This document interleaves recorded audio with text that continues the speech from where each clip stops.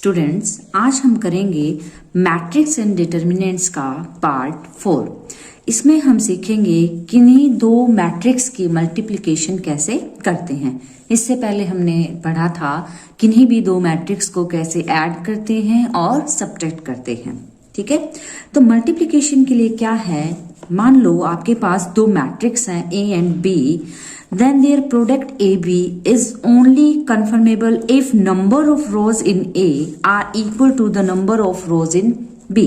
क्या मीनिंग है इसका सिंपल लैंग्वेज की अगर हम बात करें तो इसका मतलब है, मान लो आपके पास दो मैट्रिक्स हैं A and B। A matrix को हमने इस तरह से रिप्रेजेंट किया है Aij इंटू m इंटू में n, m इंटू n इसका क्या है, ऑर्डर। इसी तरह हमारे पास एक मैट्रिक्स B है जिसका ऑर्डर है n इंटू में p। मान लो हमने इन दोनों को क्या की, मल्टीप्लाई की, तो इन दोनों की मल्टीप्लाई को हमने c से रिप्रेजेंट किया, ab is equal to c। तो उसका जो ऑर्डर आएगा मल्टीप्लाई करने पे, जो ऑर्डर आएगा वो किसके इक्विवेलेंट होगा, m और p। यानी कि इसका हम लेंगे रो और इसका हम लेंगे कॉलम। ठीक है, अब कंडीशन की जैसे मैंने यहां लिखा हुआ है कि A के अंदर जितने कॉलम होंगे और B के अंदर जितनी रो होंगी वो इक्वल होनी चाहिए। इसमें अगर देखो गौर से आप तो n, A के अंदर कॉलम कितने हैं n, और B के अंदर रो कितनी है n, यानी कि ये और ये क्या हुई, आपस में इक्वल है, तो इसकी मल्टीप्लाई क्या होगी, एग्जिस्ट करेगी, डिफाइंड होगी। एग्जाम्पल से देखें कैसे, मान लो हमारे पास दो मैट्रिक्स हैं A एंड B। ये है मैट्रिक्स A और ये है मैट्रिक्स B। अब इसके ऑर्डर की अगर हम बात करते हैं तो इसका ऑर्डर क्या है, इसके अंदर दो रो हैं, इनटू में दो ही क्या है, कॉलम। तो इसका जो ऑर्डर है वो हो जाएगा 2/3। सिमिलरली B के ऑर्डर की जब हम बात करेंगे तो इसमें कितनी रो है, 3 एंड कॉलम है 2। तो इसका जो ऑर्डर है वो क्या हो जाएगा, 3 और क्या हो जाएगा, कितने हैं कॉलम्स, 2। ठीक है, इसमें हमने यहां मिस्टेक की है थोड़ी सी। इसका जो ऑर्डर है वो क्या है, 2/2, यानी कि दो ही रो हैं और दो ही क्या है, कॉलम। अब अगर हम गौर से देखें तो इसका नंबर ऑफ कॉलम और इसका नंबर ऑफ रो इक्वल नहीं है। यहां तो 2 है और यहां क्या है, 3 है। इट मीन्स ये इक्वल नहीं हुए, इक्वल नहीं है तो AB इज नॉट डिफाइंड, यानी कि A और B की मल्टीप्लाई पॉसिबल नहीं है। नेक्स्ट एग्जांपल को अगर हम देखें, A मैट्रिक्स और B मैट्रिक्स, और सबसे पहले हमें ये देखना पड़ेगा कि A भी डिफाइन है या नहीं, यानी कि इन दोनों की मल्टीप्लिकेशन पॉसिबल है या नहीं। तो उसके लिए तो हमें ऑर्डर चेक करना पड़ेगा। तो ऑर्डर चेक करेंगे तो इसमें दो रो है और कॉलम है 1 2 3, 2/3। इसके अंदर 3 रो है और कॉलम है 2, यानी कि इसकी कॉलम और इसकी रो इक्वल है। कॉलम्स ऑफ A और रो ऑफ B किसके इक्विवेलेंट हैं, 3 के इक्विवेलेंट है, दोनों वैल्यू इक्वल है, तो यस AB क्या होगा, डिफाइन होगा। इसमें एक बात नोट करने की है, AB मे और may not be equal to BA always. क्या मतलब है इसका, जनरली जब हम देखते हैं 2 3 6 और 3 2 6, लेकिन मैट्रिक्स के केस में A की B से मल्टीप्लाई करें और B की A से मल्टीप्लाई करें तो ये जरूरी नहीं है कि दोनों वैल्यूज जो आएंगी A B की और BA की वो ऑलवेज इक्वल आए। वो इक्वल आ भी सकती है और नहीं भी। ठीक है,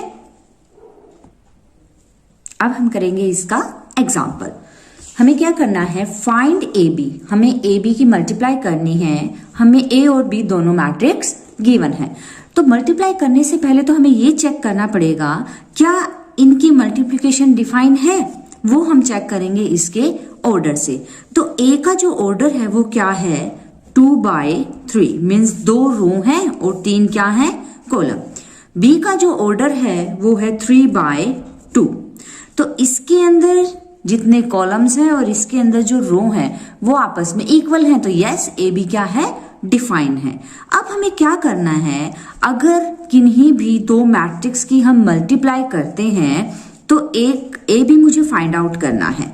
A का ऑर्डर यहाँ पे क्या है, 2 इंटू 3 और बी का ऑर्डर है 3 इंटू 2। तो हमें क्या करना है, जब हम इनकी मल्टीप्लाई करेंगे तो मल्टीप्लाई करते हुए ये जो कॉमन है उसे छोड़ दो, यानी कि मल्टीप्लाई करने के बाद हमारा जो ऑर्डर आएगा वो आएगा 2/2, यानी कि ए बी जब हम फाइंड आउट करेंगे तो उसका जो ऑर्डर होगा वो होगा 2/2, यानी कि 2 रो होंगी और 2 ही क्या होंगे, कॉलम। 2/2 ऑर्डर का मतलब है उसके जो एलिमेंट्स हैं वो कैसे होंगे, A11, A12, A21 and A22। ये 4 एलिमेंट्स हमें क्या करने हैं, फाइंड आउट करने हैं। कैसे करने हैं वो अभी देखो आप। हमारे पास A और B मैट्रिक्स है, हमें A B निकालना है। तो आगे A लिखा हुआ है तो हम क्या करेंगे, पहले A की वैल्यू पुट करेंगे इनटू में, इसके बाद B है तो हमने क्या की, B की वैल्यू पुट कर दी। अभी मैंने आपको बताया है कि जब इसकी हम मल्टीप्लाई करेंगे तो हमें जो ऑर्डर मिलेगा वो 2/2 का मिलेगा। तो उसमें हमें क्या करना है, जो एलिमेंट्स चाहिए, यहाँ पे फर्स्ट एलिमेंट क्या है, A11 है। तो A11 ये एलिमेंट निकालने के लिए मुझे क्या करना पड़ेगा, यहाँ पे देखो A11 का मतलब है first row and first column. आगे वाला होता है रो और पीछे वाला क्या होता है, कॉलम। तो हमें क्या करना पड़ेगा, आगे वाले की रो और पीछे वाले का कॉलम, इसकी मल्टीप्लाई हमें करनी पड़ेगी। ध्यान रहे, आगे वाले की रो और पीछे वाले के कॉलम की मल्टीप्लाई कैसे करेंगे, देखें। जो कॉरस्पॉन्डिंग एलिमेंट है उसकी मल्टीप्लाई हम करेंगे। फॉर एग्जाम्पल 1 की 2 से, 1 इंटू 2, बीच में प्लस का साइन, -2 की 4 से, प्लस 3 की 2 से। मैंने क्या किया है, इस तीनों एलिमेंट्स की इन तीनों एलिमेंट से मल्टीप्लाई, 1 की 2 से, -2 की 4 से एंड 3 की 2 से। ठीक है, इसके बाद हमें क्या करना है, हमें चाहिए A12। ठीक है, तो A12 निकालने के लिए आगे वाले की रो और पीछे वाले का कॉलम, यानी कि फर्स्ट रो और सेकंड कॉलम। तो रो तो हमने फर्स्ट ही रखी, लेकिन कॉलम कौन सा ले लिया, सेकंड। तो फर्स्ट रो की सेकंड कॉलम से मल्टीप्लाई करेंगे। तो 1 की 3 से, -2 की 5 से, 3 की 1 से, इन तीनों एलिमेंट से हमने क्या की, मल्टीप्लाई। नेक्स्ट एलिमेंट जो मुझे यहां चाहिए वो है A21। A21 का क्या मतलब है, A21 का मतलब है सेकंड रो और फर्स्ट कॉलम, यानी कि फर्स्ट रो की मैंने क्या किया, फर्स्ट रो की तो मैंने दोनों से मल्टीप्लाई कर दी। अब बारी आएगी सेकंड रो की, तो सेकंड रो की पहले हम क्या करेंगे, फर्स्ट कॉलम से मल्टीप्लाई। तो -4 की 2 से, प्लस 2 की 4 से, प्लस 5 की 2 से, हमने क्या किया, सेकंड रो की फर्स्ट कॉलम के हर एक एलिमेंट से मल्टीप्लाई। इसी तरह अब हम क्या करेंगे, हमें A22 चाहिए, यानी कि सेकंड रो और सेकंड कॉलम। तो हम क्या करेंगे, सेकंड रो की सेकंड कॉलम से, फर्स्ट एलिमेंट की फर्स्ट एलिमेंट से, तो -4 की 3 से, बीच में प्लस 2 की 5 से, फिर प्लस 5 की 1 से। तो हमें ये 4 एलिमेंट्स मिल गए हैं। जब इन्हें हम सोल्व करेंगे, 2 1 2, -8 प्लस 6, 3 1 3, -10 प्लस 3। सिमिलरली ये 2 वैल्यूज और हमारे पास आ जाएंगी। 8 and 2, 6 और 2 8, -8 0, 3 और 3 6 और माइनस के 10, माइनस का 4, 8 कैंसिल हो जाएगा तो हमारे पास 10 बचेगा। इसी तरह 10 और 5 15, 15 - 12 3। तो ये आ गया हमारा आंसर। नेक्स्ट एग्जांपल में हमें क्या करना है, 2 मैट्रिक्स हैं A एंड B, वही सेम हमें क्या करना है, इनकी प्रोडक्ट निकालनी है। तो सबसे पहले हमें ये चेक करना पड़ेगा क्या इनकी प्रोडक्ट डिफाइंड है, तो उसके लिए ऑर्डर पता होना चाहिए। तो A मैट्रिक्स का ऑर्डर क्या है, 2/2, यानी कि 2 रो 2 कॉलम। B मैट्रिक्स का ऑर्डर भी क्या है, 2/2। अब इसकी कॉलम और इसका रो इक्वल है, कॉलम ऑफ A और रो ऑफ B दोनों क्या है, 2 है, इसका मतलब ये इक्वल है। तो इनकी मल्टीप्लाई जो है, यस AB इज डिफाइन होगी। लेकिन उसका ऑर्डर क्या आएगा, जब हम A और B की मल्टीप्लाई करेंगे तो उसका ऑर्डर क्या आएगा, मैंने आपको बताया था जो चीज कॉमन है उसको छोड़ दो। तो इसका और रो और इसका कॉलम, यानी कि उसका ऑर्डर जो आएगा मल्टीप्लाई का वो आएगा 2/2। तो चलो हम मल्टीप्लाई करते हैं। हमें ए और बी की मल्टीप्लाई करनी है, तो हम क्या करेंगे, पहले ए वाले मैट्रिक्स को लिखेंगे फिर बी वाले को। अब कैसे मल्टीप्लाई करेंगे, वही तरीका जो हमने ऊपर वाले क्वेश्चन में अप्लाई किया है। पहले हम लेंगे इसकी रो, हमेशा मल्टीप्लाई ऐसे और ऐसे करनी है हमें, ठीक है। तो इसकी हम रो लेंगे और इसका क्या लेंगे, कॉलम। तो फर्स्ट एलिमेंट की फर्स्ट से 2 1 जा, बीच में प्लस, 4 की -2 से। अब हमने क्या किया, इसकी इससे तो मल्टीप्लाई कर दी, अब सेकंड कॉलम से और करनी है। तो 2 3 जा, बीच में प्लस, 4 5 जा। हमने क्या किया, फर्स्ट रो की फर्स्ट कॉलम से कर दी और सेकंड कॉलम से भी कर दी, यानी कि फर्स्ट रो तो हमारी कंप्लीट होगी। अब हम आएंगे सेकंड रो पे, तो सेकंड रो की मल्टीप्लाई पहले करेंगे फर्स्ट कॉलम से। तो 3 1 जा, बीच में प्लस, 2 की -2 से। अब सेकंड वाले की सेकंड वाले से 3 3 जा, बीच में प्लस, 2 की 5 से। जब इसे हम सोल्व करेंगे, 2 1 जा 2, -8 6, 4 5 जा 20, 3 -4, 3 3 जा 9, 5 2 जा 10। इसको सोल्व करने पे हमारा क्या आ गया है, ये आंसर। नेक्स्ट एग्जांपल में हमें क्या करना है, लेट ए एंड बी, वो ही हमें क्या दिए हुए हैं, दो मैट्रिक्स दिए हुए हैं, हमें दोनों निकालना है, ए की बी से मल्टीप्लाई और बी की ए से मल्टीप्लाई। तो पहले तो हमें चेक करना पड़ेगा कि जो चीज हमें निकालनी है वो डिफाइंड है या नहीं। तो पहले हम चेक करते हैं क्या ए बी डिफाइंड है। तो उसके लिए हमें क्या करना पड़ेगा, इसका ऑर्डर। तो इसका जो ऑर्डर है 2 रो है और 3 कॉलम, तो 2/3 और इसका 3/2। देखो आप गौर से, इसके कॉलम में और इसकी रो में, कॉलम ऑफ ए और रो ऑफ बी दोनों सेम है, 3 3 है। इसका मतलब yes A B is defined. तो चलो अब हम क्या करेंगे, मल्टीप्लाई। हमें ए बी फाइंड आउट करना है, तो पहले हमने ए मैट्रिक्स लिखा देन बी। अब कैसे मल्टीप्लाई करनी है वो आपको अभी सिखाया है मैंने। क्या करेंगे, पैटर्न ये रहेगा, यानी कि आगे वाले की रो और पीछे वाले का कॉलम। तो चलो आगे वाले की हमने रो ली और पीछे वाले का हमने क्या लिया, कॉलम। तो फर्स्ट एलिमेंट की फर्स्ट से, 1 की 2 से, -2 की -1 से, फिर +3 की 4 से। हमने फर्स्ट कॉलम से कर दी, अब सेकंड कॉलम की बारी है। तो इसकी सेकंड कॉलम से करेंगे, तो 1 3 जा, -2 की 2 से, बीच में +3 की -5 से। हमने क्या किया, फर्स्ट रो की दोनों से मल्टीप्लाई कर दी।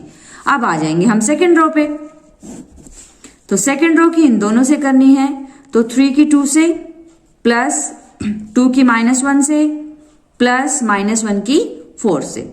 सेकंड से करेंगे मल्टीप्लाई, तो 3 3 जा, +2 2 जा, +-1 की -5 से। सोल्व करेंगे तो ये वैल्यूज आ रही हैं। इनको और सिंप्लीफाई करेंगे तो हमारे पास क्या आ जाएगी, प्रोडक्ट, जो किस ऑर्डर की है, 2/2। तो ये तो क्या आया, ये आया है ए की बी से मल्टीप्लाई। अब हमें क्या करना है, उल्टा करना है, बी की ए से मल्टीप्लाई करनी है। तो बी की ए से मल्टीप्लाई करेंगे तो पहले चेक करना पड़ेगा क्या ये डिफाइंड है। तो चलो चेक करते हैं। बी का ऑर्डर क्या है, यहां अगर हम देखें आगे बी है ना, तो बी का ऑर्डर क्या है, 3 × में 2, यानी कि 3 रो और 2 कॉलम। इसका ऑर्डर क्या है, ए का 2 रो है और 3 क्या है, कॉलम। तो जरा देखो इनके दोनों के अंदर वाली वैल्यू सेम है, सेम है, तो यस बी ए डिफाइन होगा। अब जो बी ए की मल्टीप्लाई आएगी उसका ऑर्डर क्या होगा, 3/3, यानी कि बी की ए से जब हम मल्टीप्लाई करेंगे तो ऑर्डर हमारा 3/3 का होना चाहिए। तो चलो करते हैं मल्टीप्लाई। तो पैटर्न वही सेम, आगे वाले की रो और पीछे वाले का कॉलम। तो चलो करते हैं फर्स्ट एलिमेंट की फर्स्ट से, 2 1 जा 2, बीच में प्लस, 3 3 जा, ओके। फिर हमने क्या किया, फर्स्ट रो की फर्स्ट कॉलम से तो कर दी, अब सेकंड की बारी आएगी। तो 2 की -2 से, +3 की 2 से, दूसरे वाले से भी कर दी। अब तीसरे वाले की बारी आएगी क्योंकि इसमें तो 3 कॉलम है। 2 की 3 से, बीच में +3 की -1 से। हमने क्या किया, फर्स्ट रो की तीनों से कर दी मल्टीप्लाई, तो मेरी फर्स्ट रो तो कंप्लीट हो गई। अब कौन सी रो की बारी आएगी? सेकंड रो की। सेकंड रो की इन तीनों से मल्टीप्लाई, तो पहले फर्स्ट एलिमेंट की फर्स्ट से करेंगे, -1 की 1 से प्लस 2 की 3 से। दूसरे वाले के साथ करो, -1 की -2 से, बीच में प्लस 2 की 2 से। थर्ड वाले से करो, -1 की 3 से प्लस 2 की -1 से। अब हमने क्या किया? सेकंड रो की तीनों से कर दी मल्टीप्लाई। अब किसकी बारी आ गई? थर्ड रो की। सिमिलरली थर्ड रो की भी इन तीनों से मल्टीप्लाई करो आप, 4 1 जा, बीच में प्लस -5 की 3 से। दूसरे वाले से करो, 4 की -2 से और -5 की 2 से। थर्ड वाले से करो, 4 की 3 से, बीच में प्लस और देन -5 की -1 से। अब हम क्या करेंगे? इसको सोल्व कर लेंगे। 2 1 जा 2, 3 3 जा 9, 2 की -2 से -4, 3 2 जा 6, 2 3 जा 6, 3 की -1 से -3। ठीक है, इसी तरह से ये सारी वैल्यूज हमारे पास आ जाएंगी। इनको जब हम सोल्व करेंगे, 9 और 2 11, 6 में से 4 गए 2, 6 में से 3 गए 3, 6 में से 1 गया 5, 4 और 2 6, तो ये हमारी क्या आ जाएगी? मल्टीप्लाई आ जाएगी, जो किस ऑर्डर की है? 3/3। तो अभी हमने देखा यहाँ पे इस क्वेश्चन में, अगर आपने गौर किया हो, जब हमने a की b से मल्टीप्लाई की तो ऑर्डर आया 2/2 का। जब हमने b की a से मल्टीप्लाई की तो ऑर्डर आया 3/3 का, यानी कि ab और ba की वैल्यू जो है वो इक्वल नहीं आई। ये बात मैंने आपको पहले भी बताई थी कि जरूरी नहीं है कि a की b से मल्टीप्लाई करें या b की a से मल्टीप्लाई करें तो वो ऑलवेज इक्वल आए। ओके।